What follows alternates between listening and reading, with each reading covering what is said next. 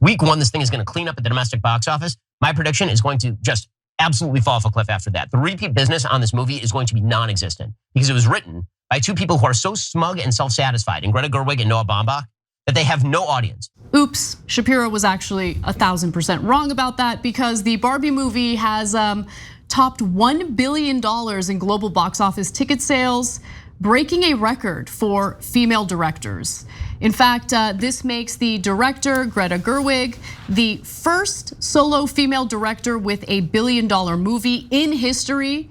The Margot Robbie led and produced film has been comfortably seated in first place, not for 1 week, but for 3 weeks, and it's hardly finished yet. It crossed 400 million in the United States and 500 million internationally, faster than any other movie at the studio, including the Harry Potter films. Oops. And the evidence is so damning that even Shapiro had to admit defeat. He tweeted, but by the way, he did it while insulting the American people, of course. Totally true. I radically overestimated the taste of the American public, guilty. And as if that wasn't insulting enough, he followed it up with, serves me right for forgetting my Mencken. No one ever went broke underestimating the intelligence of the American public. Yeah, because your war on Barbie was super intelligent. And so we appreciate you. All right, look, number one, I actually will give Ben Shapiro a compliment here. I never see anyone on the right ever say they were wrong. So that's a radical departure to begin with. Even in the face of overwhelming evidence that it's breaking records, most right-wing media hosts would say, nope, nailed it, not doing well, hasn't broken the record yet, right? So he admits he got it wrong. Good, okay? And I appreciate that, and I respect that. Okay, now having said that, he says, I overestimated the taste of the American public. No, brother, you overestimated how big your contingent is, okay? And so what is their contingent? Is it all the right wing? No, they're all the right wing. 74 million people voted for Donald Trump. That's plenty large enough. But the people, the radical right that does protest after protest, that smashes their Keurig machines and burns their Nikes, etc., is a tiny, tiny group. They used to be minuscule, they're now a little larger. So it's not impossible for them to move a brand, but it depends on the brand. But do they overestimate their power? Of course. They think that they're the whole country. Like they're convinced they're 90% of the country. And when they say, we will not see Barbie, they think Barbie's gonna go down in flames. And so they're like shocked to find out, no, everybody loves Barbie. That's because you guys are tiny, okay? And so they'll say, oh, Bud Light. Yeah, Bud Light sales went down a little bit. More of it was a panic at the stock market by a bunch of old white conservatives who are like, I bet this goes crazy. Because why do I say that? I'm not just throwing that out there. Because they had the same panic over Nike. And then when they realized Nike's sales didn't go down, it went up. Then Nike stock price recovered and zoomed and took off and added about $6 billion in stock market cap, okay? So the reality is for most brands, especially brands that appeal to younger audiences, these conservative boycotts are gonna have zero effect. So young people are massively progressive and mainstream America generally is progressive and they don't care about your silly little protesting. It only works on brands where it's got tons of conservatives who consume it and generally tend to be older. Yeah, and look, what's interesting about the Barbie movie is I think that it was written in such a way to try to appeal to both sides of the political divide. And I think that because of the way it was written, there were some weird contradictions and inconsistencies in the movie. Interesting, yeah. I'm not sure I agree. Okay, so now let's move on to our review of the movie where there will be many spoilers. So I wanna give you guys that warning in case you haven't seen the film yet. This is now the time to dip out. Before I get to my critiques, let me just note, I overall enjoyed the movie. It was very enjoyable, I found it entertaining. So on a surface level, I thought it was great. I do have critiques. Before I get to them, let me give you a quick summary of the film. So the film opens in a matriarchal fantasy land called Barbie Land, where everything is perfect, everything is run by the Barbies, okay? And Margot Robbie's character is the stereotypical Barbie, and she resides there with all the other Barbies and Kens. Now, women, or the Barbies, hold all the positions of power in Barbie Land, including roles as doctors, lawyers, the president, and politicians.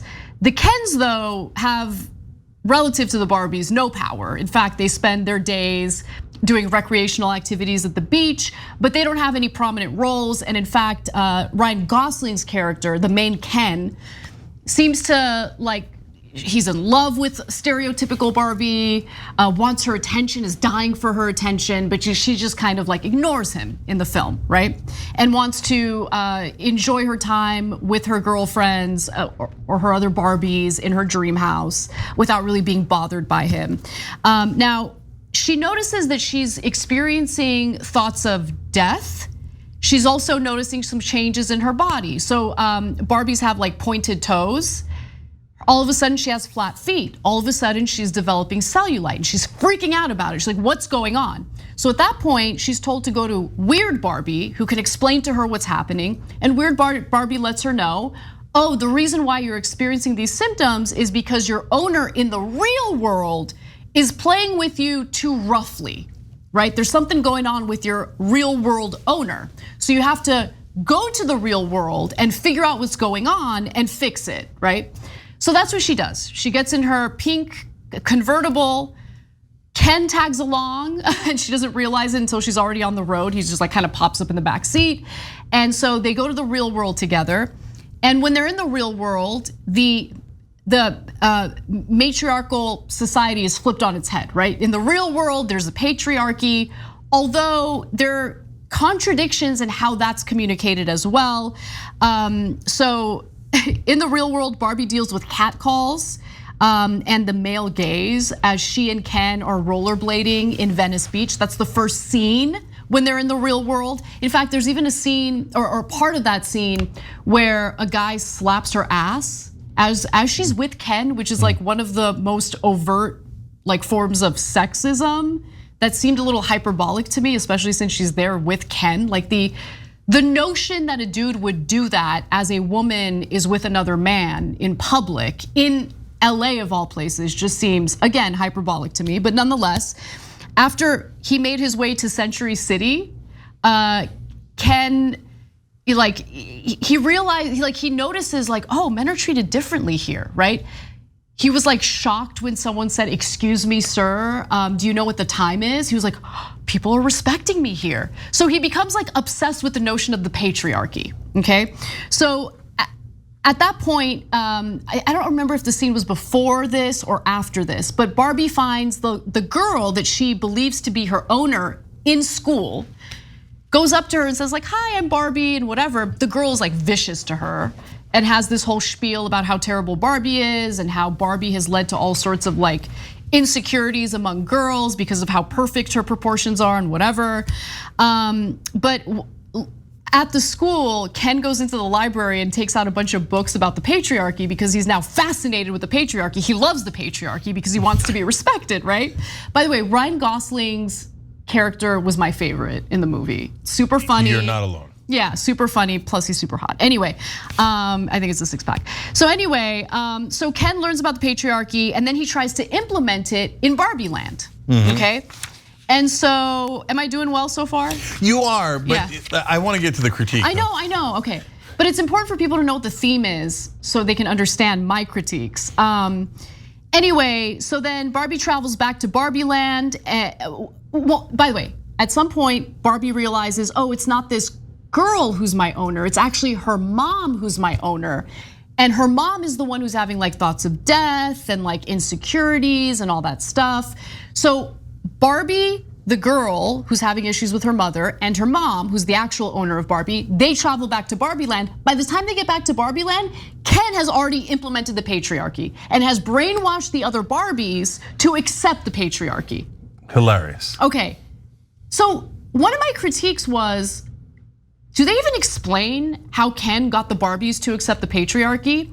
And our producer Taylor actually reminded me, there's like in my opinion, I thought it was a throwaway line, but it wasn't. So apparently the explanation is much like the Native Americans who like didn't have defenses to like a smallpox. The Barbies didn't have, since they never experienced it, they didn't have any defense or defenses against the patriarchy. No, against propaganda. Oh, okay. So when Ken came in with propaganda that he learned in the real world, he ran through that place like a hot knife through butter because they never heard propaganda. They just thought everything was true. So when he started saying like, oh no, it turns out men should rule and men kick ass, everybody was like, oh, I guess that's true. And they started doing that. Okay, but all right, but then this is where critique comes in, where we're talking about Barbies who are super intelligent, go-getters, independent, think for themselves. They have powerful roles, president, politician, lawyer, doctor, right? But they're so, so easy to manipulate that all Ken has to do is talk about how awesome the patriarchy is, and they're immediately brainwashed to want the patriarchy. Okay, so you picked a thing that is defensible, a critique that's defensible. So I hear you on that. Right. But first of all, I would say it moves the plot along, and I'm not overly bothered by it, even if you're right. But my sense of that is, nobody. If I'm being overly generous to the director and the writers of the movie, I would say, well, they actually, that's kind of, you could argue it's a brilliant commentary on our current media, right? And because what do we talk about on the show all the time? Like even really smart people, like my uncle who's a doctor and very accomplished, watched Fox News, got brainwashed into voting for Trump. Even as Trump in 2016 was saying ban Muslims, and he's Muslim. So you can brainwash people into almost anything. Way to use my argument about the real world against my critique, because I will allow it and I will accept it. Okay, fair enough. I would have liked to see a little bit of that propaganda. Yeah, I agree with you that we could have used like 30 seconds in the movie of him convincing them. Right. So, and then making that point about how well propaganda works. So they kind of glossed over that, I hear you. 100%. So let me just note the rest of the movie so you understand the rest of my critique, because basically what ends up happening is the Barbies that haven't been brainwashed, meaning stereotypical Barbie, and the mother and the daughter, right? They come up with a plan to basically pit the Kens against each other, because the Kens are attracted to the Barbies, right? So what the Barbies do is they pretend to be interested in the Kens and interested in their interests. And so they show this faux interest in the Kens, and then they're all on a date together at the beach, right? And they're all coupled up. And then in the middle of them like serenading them with a song, I think it's a Wallflower song, like the song, I wanna push you around, that song. Yeah.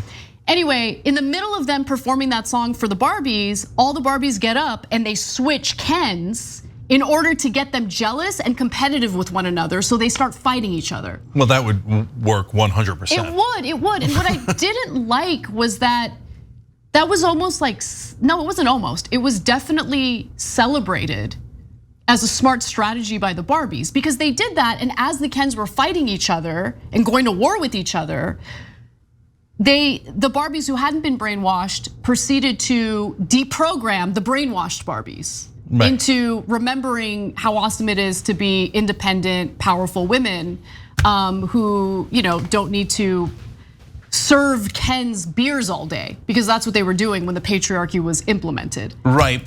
I don't remember if there was a throwaway line about this too, but I thought there was a reference to somebody feeling bad that they were going to do that, so they acknowledged like, hey, is this right? If I remember right, I could be wrong. And then they said, yeah, but look at what they did to you, right? And so since the Kens had instituted Kendamland and had taken over in a vicious way, they felt more justified in doing this dirty trick. Bart saw the movie too. Bart, am I right about that, or did I make that up? No, I think you pretty much nailed that. And also, like, what? I don't remember that at all. The Kens were feeling like before the male patriarchy invaded Barbie Land, they're kind of feeling not appreciated. They weren't appreciated. Yeah. They were treated like crap by the Barbies. Yeah. So I want to get to the heart of it in a second here. But there wasn't a single competent man or Ken in that whole movie. Like all the men, even the men in the real world, were depicted as buffoons. Like the mom, who was the owner of the stereotypical Barbie in the real world, right? Even her husband was depicted as a buffoon. Yeah, I hear you. No, I'm going to make a giant distinction here between the real world, and this is hilarious already, and Barbie Land. Okay. All right. So I hadn't thought of what you just said about how men were depicted in the real world, but you're right that, and that's a legitimate critique of the movie. Like all the corporate executives were buffoons, the construction guys were buffoons, et cetera, et cetera. So I hear you on that. But this is the most important point. In Barbie Land, Ken ironically represents women, not men. Okay, so Ken is supposed to be a representative of the oppressed, and represents women in that like topsy-turvy analogy, right? It's the opposite side of the same coin, right? Yeah. Barbie Land is supposed to like basically depict what it's like for women in the real world, right? Yes, that's the point. And women men in Barbie Land are the equivalent of women in the real world. That's the analogy, okay? And it's a brilliant, complicated analogy, okay? And so, as you, like at the end of the movie, now we've done every kind of spoiler, so I'll do one more here. At the end of the movie, you think that they're gonna get the equal rights, right? And they go, no. No, yeah, no. They go, Ken, you're gonna, so Ken says, okay, can we get half the Supreme Court? Because all 9 were women before. I know we wanted all 9 to be men, but now can we split it? And they say, no, you're gonna have to go through the lower courts and eventually get 1 or 2 men up there a couple of decades later. And same thing with government officials, et cetera. And you instinctually feel terrible for Ken, and you feel like it's not fair to men. But that's exactly what we did with women. We didn't just all of a sudden say, here, 4 out of 9 or 5 out of 9 Supreme Court justices are women, half the presidents are women. We didn't do any of that. They had to fight for it. They had to fight for it decade after decade, and 100 years later. Fair, right? Yeah. We're still not there. True. By the way, let me just say, like, obviously this is a review, so I'm focusing on critique. But overall, like, I liked the movie. I enjoyed it. There was just like weird inconsistencies, and I think the inconsistencies had more to do with the fact that the writing turned the movie into, you know how like art is meant to be interpreted by the person looking at it? I think that's what they were trying to do. Like, okay, we live in a super polarized political climate. How do we write a movie where the viewer can interpret it in the way that they want, depending on what their political view is, right? Because there were moments in the movie where I felt like, oh, they're making fun of like woke culture. But then there were other parts in the movie where I felt like they were celebrating quote unquote woke culture. Do you get what I'm saying? I do, but I'm not sure that was intended to be eye of the beholder, because they had such a strong point of view throughout the entire movie. It doesn't look like they're shy about making political points at all. So I interpreted that as, no, they were making fun of woke, and they were making fun of people who are anti-woke, because they were representing the great majority of Americans who are neither. Okay, right? Do you see what I'm saying? Because as you and I have discussed and gotten in trouble for, there are extreme versions of woke that are easy to make fun of, and that the great majority of Americans don't agree with, right? But the anti-woke contingent, the majority of Americans don't agree with them on anything, right? The guys who are like the guys who looked at this movie, and honestly, Shapiro was one of them, and said Ken was low T. No, he was an analogy towards women. He didn't look low T to me. Right, it wasn't because he was like, they were trying to portray him as some sort of beta male, as representative of men in the real world, like haha, men are betas, men are low T. No, he was representing women in Barbie Land, right, in that analogy. Okay, so let me give you some other inconsistencies, right? Okay. So for instance, in that scene when they're rollerblading in Venice Beach, the sexism is super overt. I mean, like the cat calls, like the construction workers, like, oh yeah, all of that. Yeah. Guy literally slaps her ass as she's rollerblading alongside Ken. So in this real world, the sexism is super overt. The patriarchy is super overt. Until Ken goes to Century City, walks into some sort of like building where there's a bunch of like, fancy looking people walking around, goes up to like a corporate executive and says, I would like a high paying, powerful job. And the guy's like, do you have an MBA? Like, do you have the credentials necessary for this role? And Ken's like, no, of course I don't, right? And so when he was denied the job, Ken says something to the effect of, but I thought this was the patriarchy.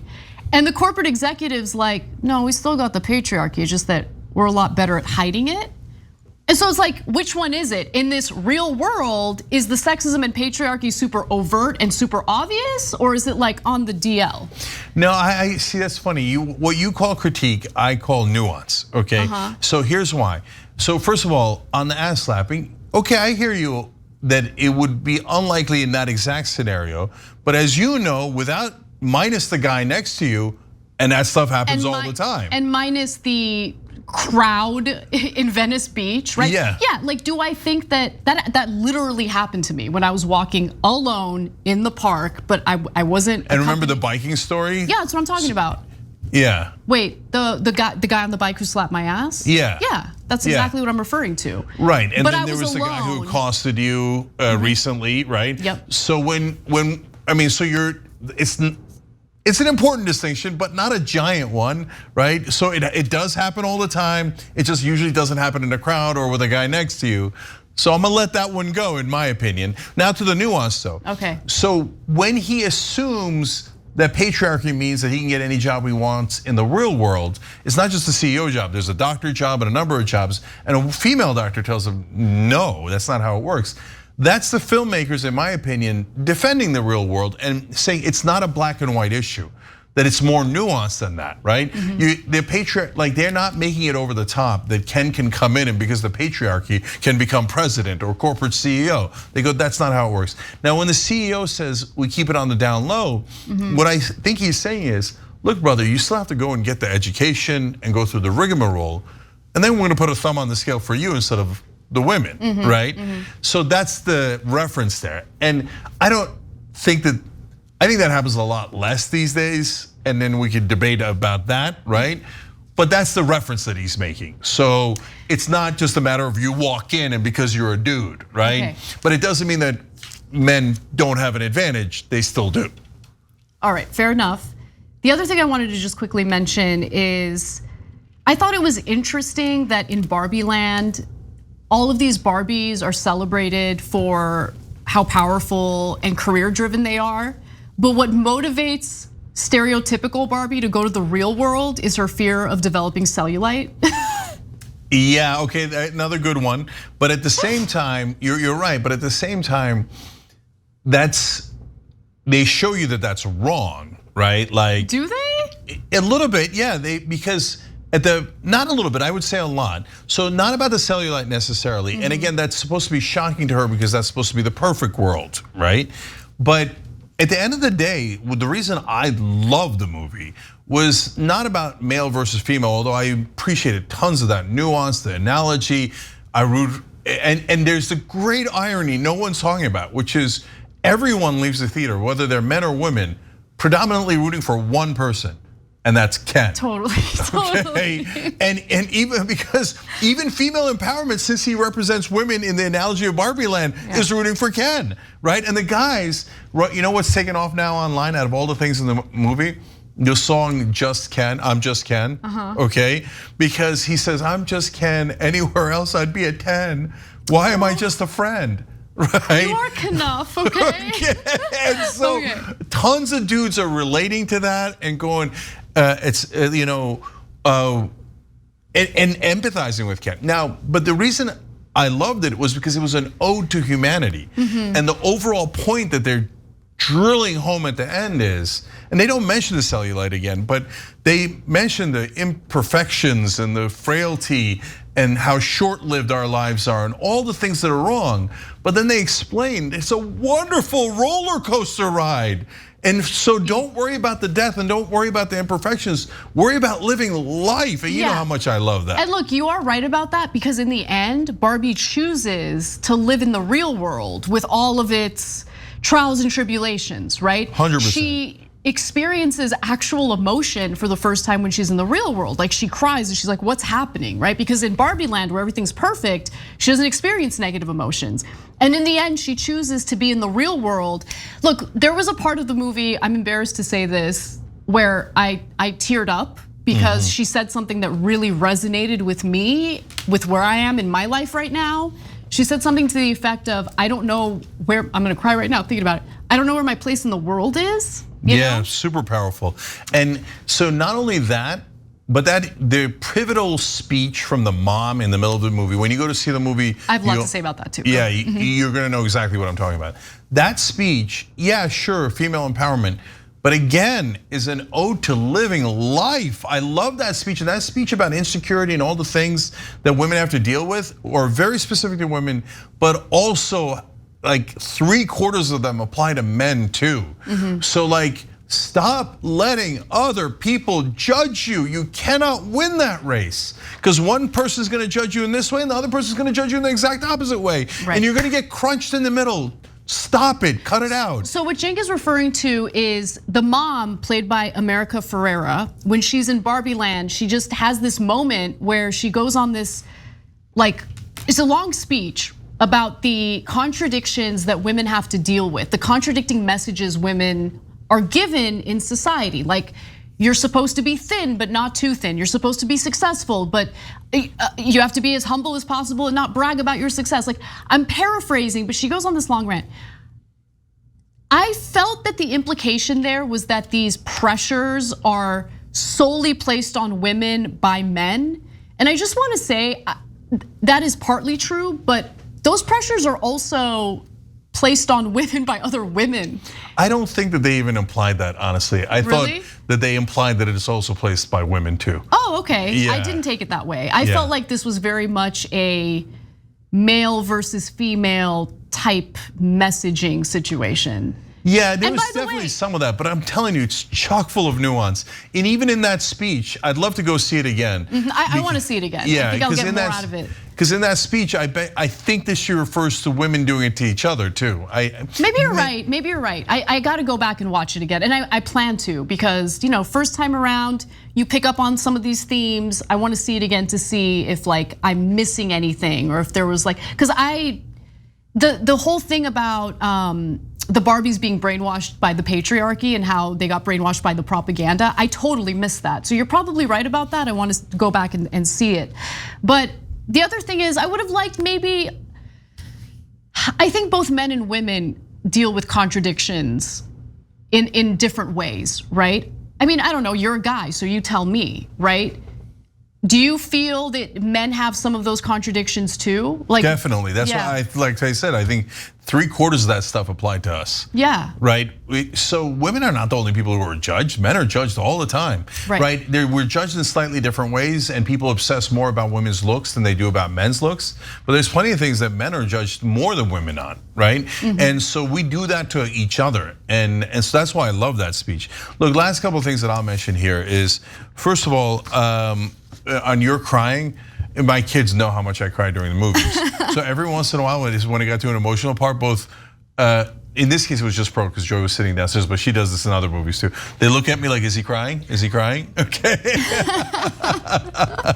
And then in terms of soaking in even the negative emotions, that's got Cenk Uygur written all over it, right?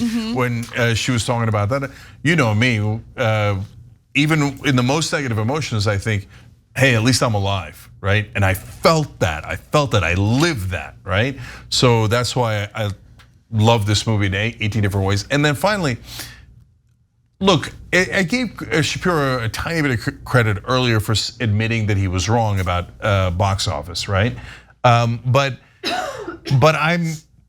I'm really surprised at how, well, let me put it this way.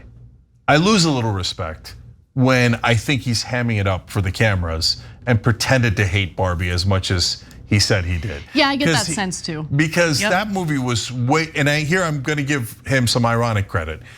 That movie was way too smart for him to not get any of it, right? And he said it wasn't funny. That's empirically not true. The entire theater was laughing throughout the entire movie, okay? So, and there were parts in the middle and the end that were clearly funny. So if Ben Shapiro is telling the truth, then he lacks humor and lacks sophistication way more than I realized. And so I'll give him the benefit of the doubt and say, I think he's being dishonest.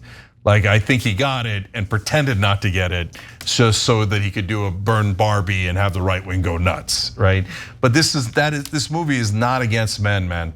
right wing totally blew it. I did not get that sense. I didn't feel like it was against men. Again, I get the point that was being made here. Again, Barbieland is the other side of the same coin. Instead of a patriarchy, it's a matriarchy. But I still don't like the Barbies manipulating the Kens to go to war. No, and I'll end on that. So that's a great point. Me and Pro talked about this afterwards. He understood the point of the movie too. By the way, he's 13. Come on, Ben. Really? You didn't get it? Okay. So he's like, I know, but still, it didn't feel great that Ken wasn't equal. It didn't feel great that Ken was constantly rejected by Barbie. Yeah. And that's my one critique of the movie is that she rejected him one too many times in the movie. I agree. They repeated it too many times. We love Ken, we're rooting for Ken. Stop, like one time, maybe twice, I get it. Like you have to make the point, no, this isn't about physical relationships, etc. But doing it 2-3 times, nah, it felt too much, right? And so your heart goes out to Ken so much. And yet he gets no redress of grievances, right? Yeah, it's true. But that is what happened to women. That is what happened to women. So then it makes it more powerful. When I talked that through with Pro, he's like, yeah, I get it. But I'm still rooting for Ken. I mean, a good way to think about it in the real world is how women, I think in a lot of cases, are pitted against each other in the workplace, where they're like competing with one another because it's as like, it's presented as a zero-sum game. 100%. Right. And look, I hadn't thought of that. Right. And maybe that's the campfire analogy. Right? Yeah, exactly. I mean, right? I think so. I think so too. But that's just a visceral feeling you have for Ken, but you're supposed to have that feeling. Yeah. So it doesn't take anything away from the movie. I would argue that it adds to the movie. All right, Bart, last thought since we're way over time. Yeah, real fast. Towards the end of the movie, Ken is dealt with of basically you see his insecurities once he sees what the real world is with the whole patriarchy, and I think that insecurity was what he discovered that to a fault, more or less, and towards the end how he was dealt with that. He was dealt with a lot of empathy, care, love, and concern, because near the end, Barbie basically just told Ken, like, hey, my guy, you just need to go out in the world, find yourself, get comfortable in your own skin, and we can be friends. And finally, just to wrap it up in a bow, the great thing about the movie to me, it's not a manifesto at all. It doesn't say, here's what the patriarchy is like, and this is what we need to do at A, B, C, D, E, F, G. No. Basically what the movie is, it's holds up a mirror, it's an experience, and you take whatever you take out of the movie. To me, that's what makes art, it's cinema. In about 10 years, this movie is gonna be a classic. It's probably gonna be on the Criterion Channel. Yeah, and so last thing I'll say about what Bart said is that, again, remember the analogy, because Barbie says to Ken, you shouldn't just rely, basically, I'm paraphrasing here, on your looks, and just be worried about, getting the girl, right? You should develop yourself and be you. So think about the analogy. Women should not be obsessed about their looks and just worry about getting the guy. You should be worried about you and becoming the real you, right? And when you think of through that analogy, you go, damn, as painful as it was that Ken didn't get what he wants there, and we're all rooting for the big guy, I get why, and it makes the analogy arguably more powerful. So at the end of this entire discussion, I'm moving it from a 9 to a 9.5. Okay. You made good arguments. I want to watch it again. Some of my critiques I think still stand. But nonetheless, I do get the point of the movie, and I think a lot of my critiques can be explained by the point of the movie. Thanks for watching The Young Turks, really appreciate it. Another way to show support is through YouTube memberships. You'll get to interact with us more. There's live chat emojis, badges. You've got emojis of me, Anna, John, JR, so those are super fun. But you also get playback of our exclusive member-only shows and specials right after they air. So all of that, all you gotta do is click that join button right underneath the video. Thank you.